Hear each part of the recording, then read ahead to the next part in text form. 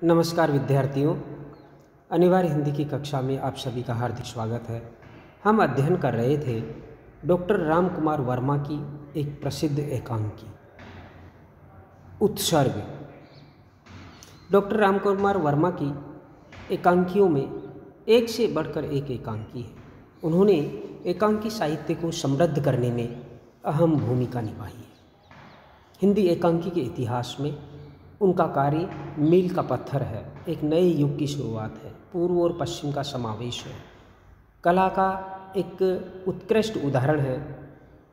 और उनमें उत्सर्ग एकांकी एक विशिष्ट एकांकी है जिसमें उन्होंने एक लीक से हटकर एक अलग तरह की भावना, संवेदना, कर्तव्य बोध आदि का बहुत ही झकझोर देने वाला प्रसंग हमारे सामने रखा है। इस पर हम यह चौथी चर्चा करने जा रहे हैं और जिसके अंदर चर्चा थी कि डॉक्टर शेखर और छाया देवी, जो कि उनकी प्रेमिका थी जिसका देहांत हो चुका है, और प्रेमिका भी ऐसी जिसे जीवन में वो स्वीकार नहीं कर सके या कि उनसे विवाह नहीं कर सके, प्रेम करके भी विवाह नहीं कर सके, और छाया देवी इसी प्रतीक्षा में अपना प्राणांत कर देती है कि डॉक्टर शेखर उसे अपनाएंगे। बाद में वह एक मृत आत्मा के रूप में वापस आती है। डॉक्टर शेखर एक ऐसा यंत्र बनाते हैं, एपराटस बनाते हैं जो मृत आत्माओं को बुला करके उनसे संवाद करते हैं। तो इस प्रसंग में डॉक्टर शेखर और छाया देवी का संवाद चल रहा है, जिसमें डॉक्टर शेखर छाया देवी से बात कर रहे हैं। छाया देवी एक तरह से प्रतिशोध की आग में जल रही है। मृत होते हुए भी, मृत आत्मा होते हुए भी उसके हृदय में गहरी ठेस है कि डॉक्टर शेखर ने मेरे साथ न्याय नहीं किया, मुझसे प्रेम किया, विवाह नहीं किया, मुझसे प्रेम किया, मुझे स्वीकार नहीं किया। और छाया देवी अपने वास्तविक जीवन में तड़प तड़प कर, घुट घुट करके मर जाती है। और वो जो घुटन थी, वो जो तड़फ थी, वो एक प्रकार से प्रतिशोध की आग में बदल जाती है। और जब डॉक्टर शेखर छाया देवी की आत्मा से बात करते हैं तो वो ये बयान करती है कि डॉक्टर, तुमने मुझे घुट घुट करके मरने के लिए मजबूर किया। इसी प्रसंग को आगे बढ़ाता हुआ ये वीडियो है। आगे हम विचार करते हैं।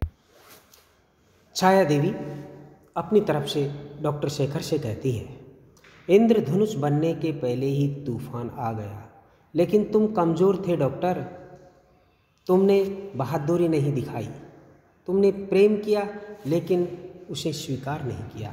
तुमने अपनी मित्र पत्नी की सेवा भी तुम अपनी मित्र पत्नी की सेवा भी करते और किसी पीड़ित हृदय से प्रेम भी। इसमें क्या रुकावट थी?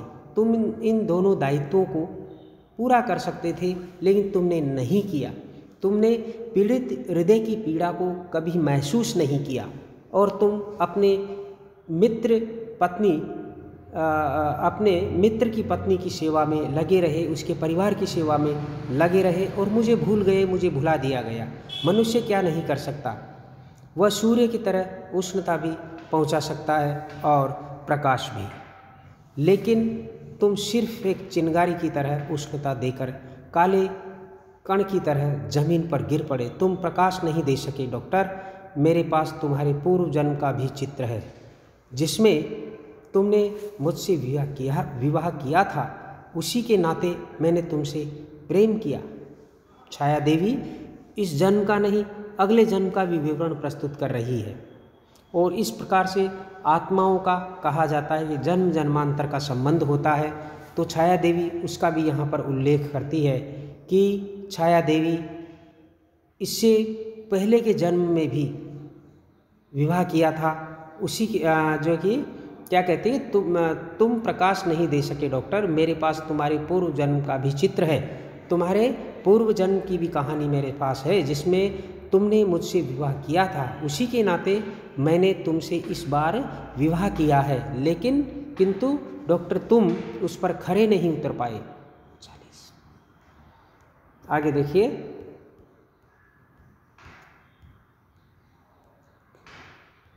Page number 40। इसमें हम पढ़ेंगे, शेखर, मैं अपराधी हूँ छाया, मुझे क्षमा कर। डॉक्टर अब छाया देवी से माफ़ी मांगते हैं। छाया देवी, अब क्षमा चाहते हो, और पहले सेवा के व्रत में क्या आत्म प्रशंसा के भूखे नहीं थे? चोर की तरह क्या तुम मेरी ओर से भागे नहीं गए, अर्थात तुम मुझसे दूर भागते गए। यदि मुझसे विवाह नहीं कर सकते थे तो एक वीर की तरह दिए हुए वचन के लिए पश्चाताप करते, लेकिन तुमने मेरी ओर देखा ही नहीं, जैसे मैं तुम्हें मृग जल की तरह धोखा देती थी। शेखर, नहीं छाया, मैं डर रहा था कि कहीं तुम्हारी ओर देखकर मैं अपने सेवा व्रत से डिग न जाऊं, मैं अपने मित्र की पत्नी की ओर से उदासीन न हो जाऊं, मैं अपने नैतिक कर्तव्य से विमुख न हो जाऊं, इसीलिए मैं तुमसे दूर भागता रहा। छाया देवी, तुम तो कायर भी थे, यह क्यों नहीं कहते कि तुम्हारे भीतर आशंकाएं भी थी, डर भी था, साहस नहीं था कि तुम मेरी ओर देखकर स्पष्ट बात कहते हो। साहस नहीं था कि तुम मेरी ओर देखकर स्पष्ट बात कहते।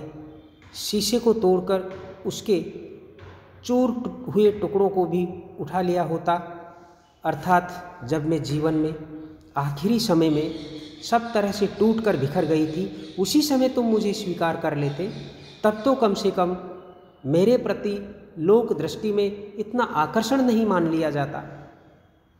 समझ लेती कि भूल से शीशा टूट गया और उस टूटे हुए शीशे से तुम्हें कुछ अनुराग भी है, लेकिन तुमने मुझे ऊंचे शिखर से गिराकर यह भी नहीं देखा कि मैं कितने नीचे गिर रही हूँ, असहाय होकर टूटे हुए तारे की तरह कहाँ जा रही हूँ, किस पत्थर की ओर चूर चूर होने के लिए बढ़ रही हूँ। स्त्री के हृदय में आग लगाकर त्याग का निर्मल जल पीते हुए तुम्हें लज्जा नहीं आई? तुम्हें कुछ ध्यान था कि उस जल में मेरे कितने आंसू मिले हुए हैं? अर्थात डॉक्टर शेखर, तुम्हारे सेवा व्रत ने एक प्रकार से मेरे जीवन को आग में झोंक दिया। तुम कायर निकले, क्योंकि अगर तुम्हारे अंदर बहादुरी होती तो कम से कम मुझे अपने जीवन की अंतिम अवस्था में ही स्वीकार कर लेते। शेखर, मैं नहीं जानता था देवी कि तुम्हारा प्रेम इतना सीमा तक पहुंचा हुआ है, इतनी सीमा तक पहुंचा हुआ है। छाया देवी, स्त्री के सच्चे प्रेम की सीमा नहीं जानते और मृत्यु का रहस्य खोजने में व्यस्त हो। डॉक्टर को दुत्कारती है कि तुम जो स्त्री के प्रेम की गहराई को नहीं समझ सकते और मृत्यु के रहस्य को खोजने में व्यस्त रहे। कभी मेरे हृदय की ओर भी दृष्टि करते, लेकिन मकड़ी की तरह गोल जाले को बुनकर उसके बीच में बैठकर पृथ्वी की गोलाई नहीं देखी जा सकती। क्या कहता है? लेकिन मकड़ी की तरह गोल जाले को बुनकर उसके बीच में बैठकर पृथ्वी की गोलाई नहीं देखी जा सकती। कहने का तात्पर्य यह कि व्यक्ति अपनी सीमा में ही सब चीज़ों को डिफाइन करे, सब चीज़ों को व्याख्यायित करे, उससे सारी चीज़ें नहीं आती। तुमने केवल अपना जो नैतिकता का, अपने नैतिकता बोध का, अपने कर्तव्य बोध का एक घेरा बना लिया और तुमने उसी को सच मान लिया। उससे बाहर भी सच था। जिस तरह से मकड़ी केवल अपने गोल जाले को ही पृथ्वी की गोलाई समझ ले, तो ये उसकी अज्ञानता है। जुगनू के जीवन की चिंगारी से ज्वालामुखी की आग की कल्पना नहीं की जा सकती। डॉक्टर, तुम नहीं समझ सके कि स्त्री की निराशा के अंधकार में ही एक ज्वालामुखी होता है, सोता है, और उसके जागने पर स्त्री को आग के सिवाय कुछ नहीं दिखता। शेखर, मैं समझता था देवी कि तुम्हें मेरे सेवा व्रत से संतोष होगा। आजन्म अविवाहित शेखर के प्रति तुम करुणा और सुख प्रकट करोगी, लेकिन मेरे आत्म बलिदान का कोई मूल्य नहीं रहा। डॉक्टर शेखर छाया देवी की मृत आत्मा को अपने आत्म बलिदान की दुहाई देता है कि मैंने जो सेवा की है और सेवा के लिए त्याग किया है, उसका मूल्य छाया देवी समझेगी। लेकिन इसके विपरीत हुई बात। मैंने अपना सारा सुख, सारा आनंद एक देवी के पावन चरणों में रख दिया और उसका कुछ अर्थ नहीं निकल सका। मित्र की पत्नी में माँ की छाया देखी और मंजुल में पुत्री की। क्या इस विषमता में मेरा जीवन व्यर्थ समझा जाए? मंजुल को ज्ञात ही नहीं कि उसके पिता में और मुझ में क्या अंतर है। शेखर छाया देवी से कहते हैं, क्या कहते हैं कि मैंने जो अपने निज का त्याग किया है, प्रेम का त्याग किया है, वो किसी पवित्र कारण के लिए किया है। कि मैंने उनकी पत्नी में, मित्र की पत्नी में और किसी देवी में, पुत्री में, मंजुला पुत्री में किसी तरह का अंतर ही नहीं समझा। क्या कहता है? मैंने अपना सारा सुख, सारा आनंद एक देवी के पावन चरणों में रख दिया, अर्थात मित्र की पत्नी, विधवा पत्नी के चरणों में रख दिया और सब कुछ वहाँ उत्सर्ग कर दिया, त्याग कर दिया। उसका अर्थ नहीं, उसका कुछ अर्थ नहीं निकल सकता, या कि उसका कुछ अर्थ नहीं निकल सका, अर्थात क्या आप उसका महत्व नहीं समझती। मित्र की पत्नी में माँ की छाया देखी, मैंने अपने मित्र की विधवा पत्नी में माँ की छाया देखी और मंजुल में पुत्री की। क्या इस विषमता में मेरा जीवन व्यर्थ समझा जाए? मैंने जो इतना उत्सर्ग किया, इतना त्याग, बड़ा त्याग किया, व्यक्तिगत भावनाओं को त्याग दिया, क्या इसका कोई महत्व नहीं है? इस त्याग का, इस उत्सर्ग का? मंजुल को ज्ञात ही नहीं कि उसके पिता में और मुझ में क्या अंतर है, अर्थात मंजुल के लिए मैं ही उसका पिता हूँ, लेकिन मंजुल का सुख मेरे जीवन का सबसे बड़ा आदर्श है। मंजुल का सुख मेरे लिए सबसे बड़ा आदर्श है। मंजुल सुखी रहे, संपन्न रहे, यही मेरे जीवन का लक्ष्य है, यही मेरे जीवन का आदर्श है, डॉक्टर शेखर कहता है। उसके लिए मैं सब कुछ कर सकता हूँ और मैं तो यहाँ तक कहता हूँ कि यदि आपने मित्र की पुत्री मंजुल के सुख के लिए मुझे ईश्वर की पूजा भी ठुकरानी पड़े तो देवी, मैं उसके लिए तैयार हूँ। यह मेरा व्रत है, यह मेरी तपस्या है, यह मेरा सब कुछ है। शेखर छाया देवी से कहते हैं। छाया देवी कहती है यह सब तो तुमने किया, लेकिन मेरे निरपराध जीवन को यूं ही जलता हुआ छोड़ दिया। जलते जलते मेरे आंसू की धारा आग की नदी बन गई। लेकिन धर्मात्मा डॉक्टर, अब मैं तुमसे कुछ न कहूँगी, एक बात कहकर जाना चाहती हूँ कि अब तुम मुझे बुलाने का कष्ट न किया करो।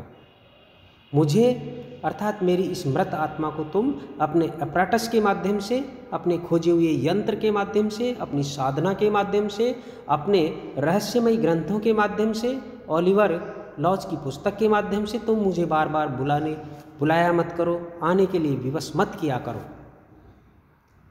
मुझे अपने ही संसार में रहने दो। बार बार तुम्हारी पृथ्वी का स्पर्श मेरी शांति के स्वर्ग को नरक बना देता है। शेखर, मैं इसके लिए तैयार हूँ, लेकिन देवी, मंजुल का जीवन कम न होने पाए। अर्थात तुमने मंजुल के जीवन की जो 4 माह की सीमा बांध दी, वह टूट जाना चाहिए। उसके जीवन को कुछ नहीं होना चाहिए। 4 महीने बाद भी वह जीवित रहे और उसके मस्तिष्क से यह बात निकल जाए कि तुमने कुछ समय पहले उसे 4 महीने बाद ऋषिकेश ले जाने की बात कही थी। अर्थात जो तुम उससे मिली थी, बातें की थी और उसे कहा था कि 4 महीने बाद ऋषिकेश चलना है, ले जाऊंगी, ये सारी की सारी चीज़ें उसकी स्मृति से निकल जाना चाहिए। ऐसा तुम्हें प्रयास करना है, जैसे कुछ हुआ ही न हो। पुनर्जन्म में जिस प्रकार मनुष्य पिछले जन्म की बातें भूल जाता है, उसी भांति मंजुल भी तुम्हारी बात भूल जाए। छाया देवी, डॉक्टर, मैं यह नहीं कर सकती। शेखर, देवी तुम सब कुछ कर सकती हो। मैं प्रार्थना करता हूँ तुम्हारी इच्छा की तरंग वायु बनकर मंजुल की सांस से उसके मस्तिष्क में पहुँचे और उसके मृत्यु विचार को एक दूसरे ही क्षण बाहर आ जाए। वापस देखते हैं। देवी, तुम सब कुछ कर सकती हो। मैं प्रार्थना करता हूँ तुम्हारी इच्छा की तरंग वायु बनकर मंजुल की सांस से उसके मस्तिष्क में पहुँचे और उसके मृत्यु विचार को, जो मंजुल में घर कर गया है, उसके मृत्यु विचार को लेकर दूसरे ही क्षण बाहर आ जाए। छाया देवी, डॉक्टर, मैं यह नहीं कर सकती। शेखर, मैं भिक्षा मांगता हूँ, मैं भिक्षा मांगता हूँ देवी, देवी मैं भिक्षा मांगता हूँ, आगे बढ़ते हैं। छाया देवी कहती है डॉक्टर वहीं रहो, मेरे समीप मत आओ, अपनी सीमा से बाहर मत बढ़ो, मैं तुम्हारे संसार की स्त्री नहीं हूँ, अब मैं एक प्रकार से आत्म रूप में हूँ, तुम छू नहीं सकते, छूने का परिणाम जानते हो क्या होगा? आगे देखिए।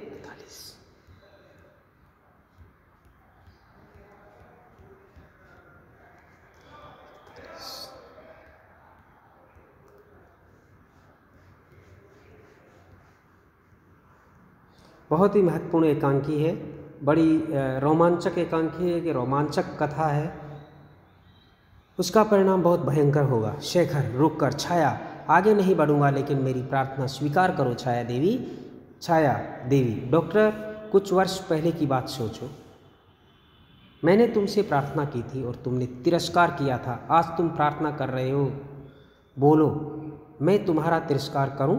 संयम की जंजीर से जकड़े हुए सन्यासी, दूसरे का हृदय जलाना भी पाप की परिभाषा में आ सकता है, दूसरे का हृदय जलाना भी पाप की परिभाषा में आ सकता है, जो तुमने किया है। उस पाप का परिणाम देखने की शक्ति क्या तुम में नहीं है? तुमने वो पाप किया है, तुमने दूसरे का हृदय जलाया है, अब क्या उस पाप के परिणाम को तुम भुगतने के लिए तैयार नहीं हो, देखने के लिए तैयार नहीं हो? अब मैं तुम्हारे हृदय को जलाना चाहती हूँ। शेखर बहुत बड़ी परीक्षा न लो देवी, मंजुल की मृत्यु देखने के बाद मंजुल की मृत्यु देखने की शक्ति मुझ में नहीं है। छाया देवी जैसे मेरी मृत्यु देखने की शक्ति तुम में थी, वैसी ही मंजुल की मृत्यु देखने की शक्ति का आह्वान करो।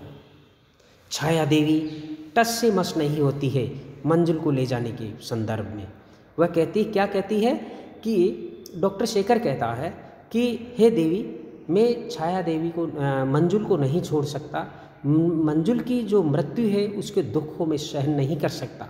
तो छाया देवी से कहती है जैसे मेरी मृत्यु देखने की शक्ति तुम में थी, तुमने मेरी मृत्यु को तो सहन कर लिया, वैसे ही मंजुल की मृत्यु देखने की शक्ति का आह्वान करो, तुम्हारे अंदर शक्ति आ जाएगी तो तुम सहन कर पाओगे। शेखर छाया यदि यही बात रही तो मैं सचमुच ऐसी स्वर्गीय आत्माओं का आह्वान करूँगा कि तुमको नष्ट हो जाना होगा।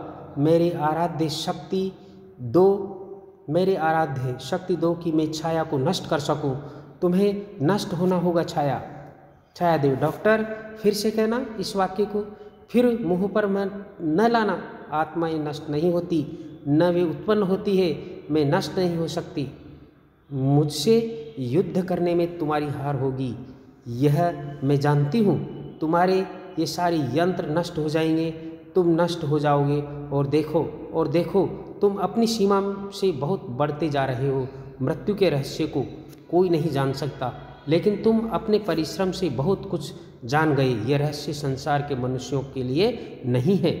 जो तुमने निरंतर वैज्ञानिक खोज करके आत्मा के रहस्य को, परमात्मा के रहस्य को, मृत्यु को रहस्य को जान की कोशिश की है, वो भयंकर नहीं है, बड़ा भयंकर है।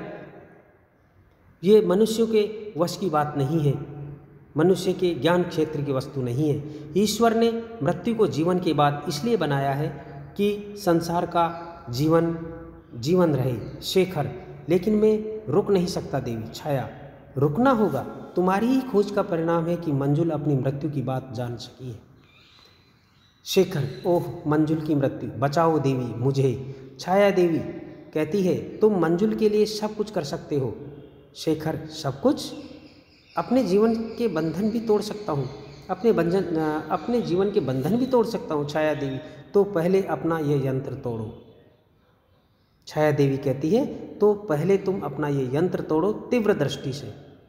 शेखर चौंक कर, यह यंत्र तोड़ दूं? अपने जीवन की सारी साधना, सारी तपस्या? न देवी, ये मुझसे न होगा। डॉक्टर शेखर के लिए अपनी वैज्ञानिक जो खोजें हैं वो बड़ी महत्वपूर्ण है। छाया देवी तो मंजुल की मृत्यु निश्चय है। मैं यह नहीं चाहती कि तुम आत्माओं के संसार में भी तूफान उठाओ, मृत्यु के पर्दे को फाड़कर तुम आगे कदम बढ़ाओ। मैं ऐसा नहीं चाहती। तुम वहीं रहो जहाँ तक तुम्हें रहने का अधिकार है, और तुम्हें अपनी सारी साधनाएं भूलनी होगी। बोलो, मंजुल के जीवन और अपने यंत्र में तुम्हें कौन अधिक प्रिय है? शेखर, यदि यही प्रश्न है तो मंजुल का जीवन देवी। छाया देवी, तो अपना यंत्र नष्ट करो। शेखर, ओह, यंत्र नष्ट करो? अच्छा, मंजुल के जीवन के लिए करूँगा, निश्चय करूँगा, अपना यंत्र तोड़ूंगा। यंत्र तोड़ने के लिए आगे बढ़ते हैं, फिर रुक जाते हैं। नहीं देवी, मुझे ये दंड न दो। देवी, मुझे ये दंड न दो, मेरे जीवन की सारी साधना। छाया देवी, वीर पुरुष की तरह दंड स्वीकार करो डॉक्टर, यंत्र तोड़ो। शेखर, तोड़ दूं? अच्छा, तोड़ता हूँ, रुक जाता है। छाया देवी, शक्तिशाली डॉक्टर, मंजुल के लंबे जीवन के लिए यंत्र तोड़ दो। शेखर चिल्लाकर, मंजुल के लंबे जीवन के लिए यंत्र पर प्रहार करते हैं। यंत्र टूट जाता है और छाया देवी भी नहीं दिख पड़ती, वह भी गायब हो जाती। शेखर पुकार कर, छाया छाया, कोई उत्तर नहीं। शेखर स्विच ऑन करते हैं, उजेला हो जाता है। मंजुल जाती है, मंजुल जागती है। मंजुल आँख मलते हुए, पिताजी। शेखर, मंजुल उठकर, पिताजी नींद आ गई, मैं सो गई। शेखर कुछ नहीं बोली। मंजुल, पिताजी बोलते क्यों नहीं, नाराज हो गए? शेखर गंभीरता से भारी स्वर में, नहीं मंजुल, अच्छा, अगर मेरे सोने से नाराज होते हैं तो रात में भी नहीं सोऊंगी, लेकिन आपको अच्छी अच्छी बातें सुनानी होगी। शेखर, और तू अगर ऋषिकेश चली गई तो? मंजुल, मैं अपने पिताजी को छोड़कर ऋषिकेश क्यों चली जाऊं? कहने का तात्पर्य यह कि जो ही डॉक्टर शेखर ने वह अपराटस तोड़ा और छाया देवी इस बात का भरोसा दिला गई थी कि अगर तुम इस तरह से आत्मा के रहस्य को जानना चाहोगे और एक सीमा से आगे बढ़ोगे और इस प्रकार के यंत्रों का विकास करोगे, तो तुम्हारी जो मंजुल की स्मृतियां हैं, जो उसके मरने की जो भावना है, वो उसके मस्तिष्क से नहीं निकलेगी। और तुम्हें अगर इसको तोड़ दोगे तो न तो मंजुल के मस्तिष्क में मेरी और उसकी मुलाकात की बातें याद रहेगी और न ही वह मरेगी। इसलिए जब वह अपराटस तोड़ दिया जाता है, छाया देवी चली जाती है, उसके बाद मंजुल जगती है, तो पिताजी उससे पूछते हैं टेस्ट करने के लिए कि इसको याद रहा या नहीं रहा ऋषिकेश की बात। तो वह बिल्कुल भूल जाती है, उसको पता ही नहीं है कि ऐसी भी कोई घटना हुई थी। और वह कहती कि मैं अपने पिताजी को छोड़कर ऋषिकेश क्यों चली जाऊं, क्यों जाने लगी?